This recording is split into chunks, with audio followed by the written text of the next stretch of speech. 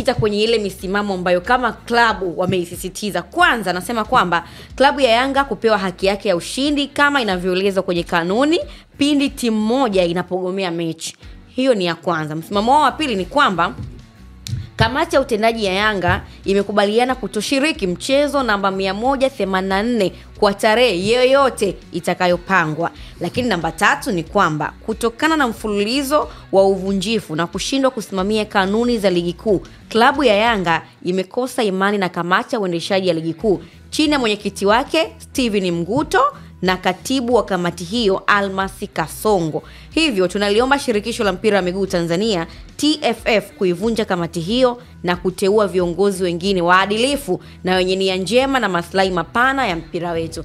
Kabla sijaanza kwenye hichi kipengele namba 3, hii namba 1 tuanze kuijadili kwamba klabu ya Yanga kupewa haki yake ya ushindi kama inavyoelezwa kwenye kanuni pindi timu moja inapogomea mechi. Hiyo haki ambayo Young Africans anaizungumzia pengine ni kupewa zile alama ama anazungumzia kitu gani?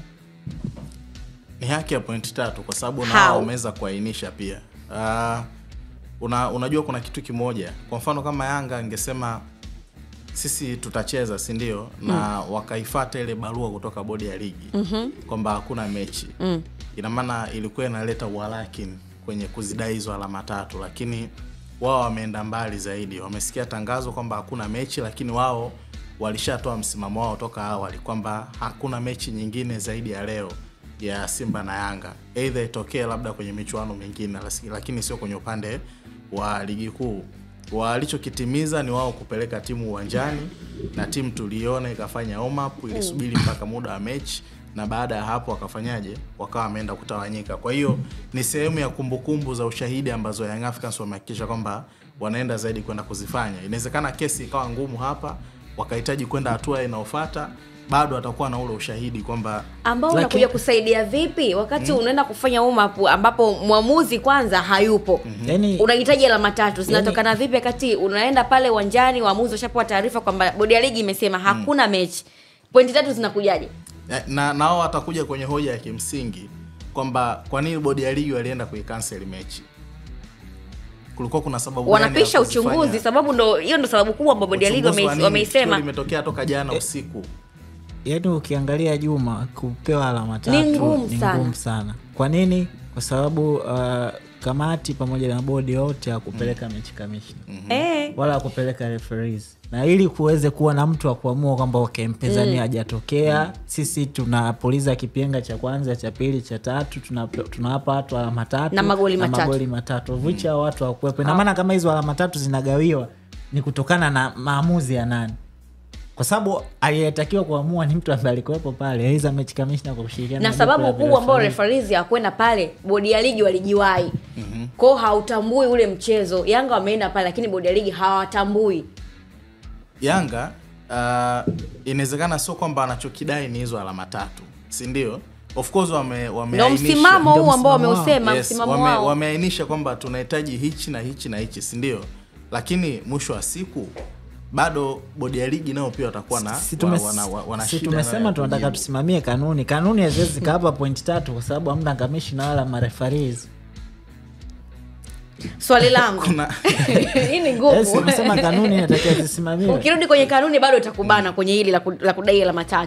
Kwa swali langu, endapo msimamo huu wa Yanga ukaendelea hivi hivyo kudai alama zao 3 na ikiwa kwamba wakati wanaenda kufanya warm up hakuna muamuzi wala commissioner ambaye alikuwepo pale kutoka bodi ya ligi, hizi alama 3 zinakuja kugawa vipi? Haziwezi zikapewa. Na je, kutatokea hiyo timu ya kukatwa point 15? Simba na Yanga? Hiyo timu kutokea sio ni ngumu, haiwezekani. Kitakachofanyika pale ama bwana atapigwa faini. Na mechi itawekwa. Na wao wameshaamua busara zako. Yaani tunajuana. Kwa sababu unajua kuna kitu kimoja. Kujuana ndio kunafanya watu wana mazoea. Lengo ambalo Young Africans wameenda kuliwakilisha pale mbele, si ndio? Kwanza wamesema hawana imani na mwenyekiti wa bodi ya ligi, si ndio? Simamo wao namba 3 ambaye ni Kasongo pamoja na Steven Mguto. Kwa hiyo hii pia itaenda mbali zaidi kwa sababu kitu kimoja, Wallace Karia anaenda kugombea tena muhula unaofuata. Na ukija kuangalia ni kwamba incidents mbili zimetokea kwenye upande wa muhula wake, si ndio? Ilitokea ile mara ya kwanza ya waliambiwa kwamba mechi itakuwa saa 1, Yanga alikataa akasema hapana, kanuni ituruhusu. Yaani hauwezi ukanipa taarifa masaa 4 kabla kuelekea kwenye upande wa mechi. Kwa Yanga walienda saa 11 akafanya kila kitu. Walifanya kama walivyofanya hapo juzi, na baada hapo wakaja wakafanyaje? Wakaondoka. Lakini halijakaa miaka mingi sana limekuja kutokea tena ile ambalo limekuja kuonekana kwenye upande wa mechi ya juzi. Kwa hiyo Karia na kila haja kuhakikisha kwamba anasafisha hichi ambacho kimetokea kwenye upande wa mchezo wa juzi. Nitarudi kwenye hoja ya Ray. Kwenye hii msimamo namba 3 wa klabu ya Young Africans. Ushasikia ile kwamba mgeni hataki soda, anataka 600 yake. Ndio hichi ambacho tunakiona. Kwamba Young Africans huo uchunguzi ambao unafanya bodi ya ligi, hao watu tu wenyewe waliosimama pale bodi ya ligi hawana imani nao. Sasa uchunguzi unafanyika vipi? Na maana hata kama majibu yakitoka, yale majibu yatakuwa hayawaridhishi Young Africans. Yani Young Africans in short wanataka kusema kama kuna uchunguzi unaotakiwa kufanyika, basi hawa watu wawili hawatakiwi kuwepo. Kama mnataka kuwa na solution yote hawa watu watakiwi sana. Sio kwenda mbali, watu sio wanawasilisha hoja zao. Ukakasi ambao wao wamepata. Naona Young Africans wameenda mbali sana. Yaani Yanga kitu ambacho kilichowashtua ni asubuhi kutoka taarifa kwamba mechi haipo. Mechi ipo, si ndio? Lakini baadaye tena mchana wanakuja kuambiwa kwamba mechi haipo. Ile ni sehemu ambayo Young Africans imewafanya wao kuweza kufanyaje? Kuweza kuwa na ukakasi. Mbona maamuzi mengi yamefanyika lakini hatujawahi kusikia kwamba hatuna imani na huyu. Kwa hiyo ukiangalia ina maana kama maamuzi yatafanyika wakati wapo, ina maana Young Africans watu afike hao maamuzi. Ndicho ambacho kitakachotokea. Na ulizungumzia pia mmoja hapo alijiengua. Hiyo ndio inatia wasiwasi kwa sababu mwisho ambaye naye inasemekana naye alienguliwa kwamba okay wewe unapinga kaa kwanza nje kidogo si tuendelee kuzungumza. Kwa sababu Yanga wakiulizwa kwamba kwa nini hamna imani, watasema wakati mnafanya kikao chenu cha kuicancel hii mechi kuna watu walikuwa na hoja hakuafiki na alijiuzuru. Kwa nini? Umeelewa? Kwa sasa pale wana hoja ambao wanaweza wakakaa chini wakasikilizwa. Msimamo namba 2 wa Young Africans, kamati ya utendaji ya Yanga imekubaliana kutoshiriki mchezo namba 184 kwa tarehe yoyote itakayopangwa. Endapo msimamo ukaendelea kushikiliwa, Juma mimi narudi, huu bingwa nani atakayoamua? Yaani bodi ya ligi ina kazi kubwa sana unajua. Hiyo itakuwa finali, itakuwa ni mechi ya mwisho na hisi. Ambayo nani atacheza? Watacheza tu kidogo. Kwa sababu ambayo nani ataicheza hiyo mechi ya mwisho? Msimamo ni kwamba hawachezi.